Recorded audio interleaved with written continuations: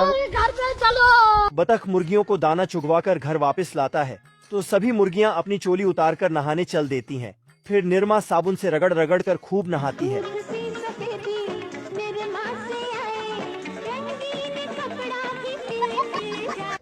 नहा धोकर बदन पोंछती है और अपनी चोली वापस पहन लेती है। मुझसे कोई स्मार्ट बताओ। फिर बतख हनी सिंह के तड़कते भड़कते गाने लगाता है तो ये सभी धड़ा धड़ा अंडे देना शुरू कर देती है। तो तंदूरी मुर्गी हुआ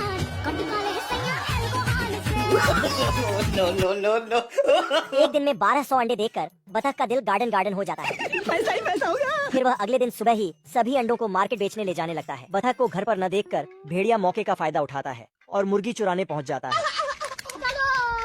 जैसे ही ये दरवाजे में छेद करना शुरू करता है, मुर्गियां शोर मचा देती हैं। शोर सुनकर बतख दौड़ कर आता है।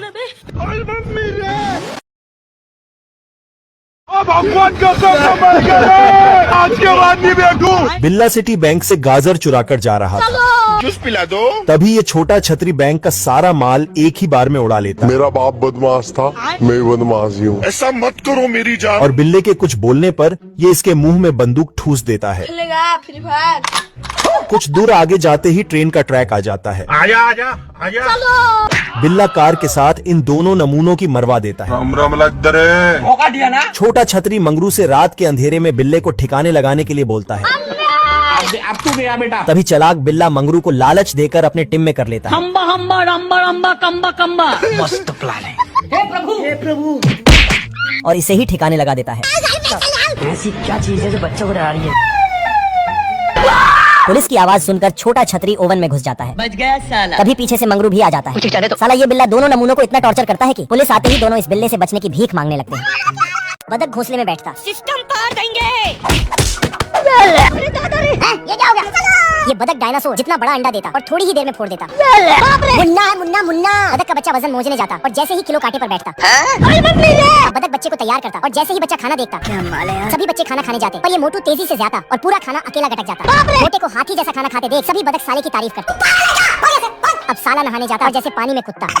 ये बतख बच्चे को लेकर गाँव से बाहर जा रहा है, तभी घंटी बजती।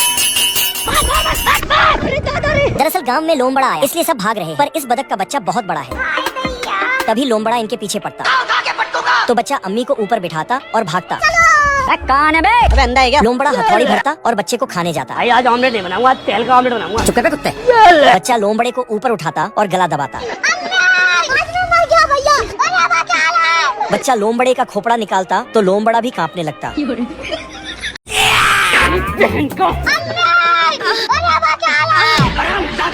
हे प्रभु बाबू। छमिया को देख हबीबी ठेला डाल लेता है। आजा आजा। तभी छमिया नागिन डांस करते हुए हबीबी के पास आ जाती है। कच्ची कली को देख हबीबी रंडवा जाता है फ्री फायर। और इसे अपना बुर्ज खलीफा दिखाने के लिए बोलता है। आजा आजा। चलो। और इधर ये गबरू जवान भी छमिया के पीछे पड़ा होता है। साले को बम से उड़ा दूंगा एक बार हाथ में आ जाए। तभी रेगिस्तान में ट्रैफिक रेड हो जाता है। हबीबी का बुर्ज खलीफा छोटा पैकेट बड़ा धमाका था। ये देख असली असली। छमिया के अंदर आते ही हबीबी इसका अरमान जगाने लगता है। इतने में गबरू भी वही पहुंच जाता है और अपने माल को बचाने के लिए ये इसको धोती पहना देता है। तभी हबीबी इसको तोप में लौट करके फायर कर देता है। गबरू को ठिकाने लगाते ही हबीबी छमिया को दौड़ा लेता है।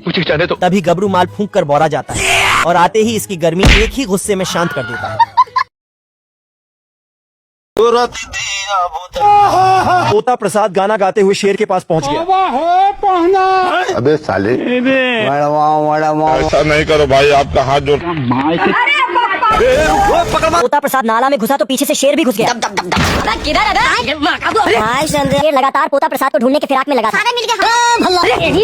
पोता प्रसाद ने नीचे की खिड़की खोल दिया। शेर ने गेट खोला और बार-बार उस खिड़की को खोलने की कोशिश में लगा। शेर पोता प्रसाद को खदेड़ने लग जाता। भागते भागते पोता प्रसाद एक खोखले पेड़ में घुस जाता। पकड़ने की कोशिश में शेर भी अंदर घुस गया। इधर हिरण ने भी पोता प्रसाद और शेर की घटिया हरकत देख ली। तुम दोनों की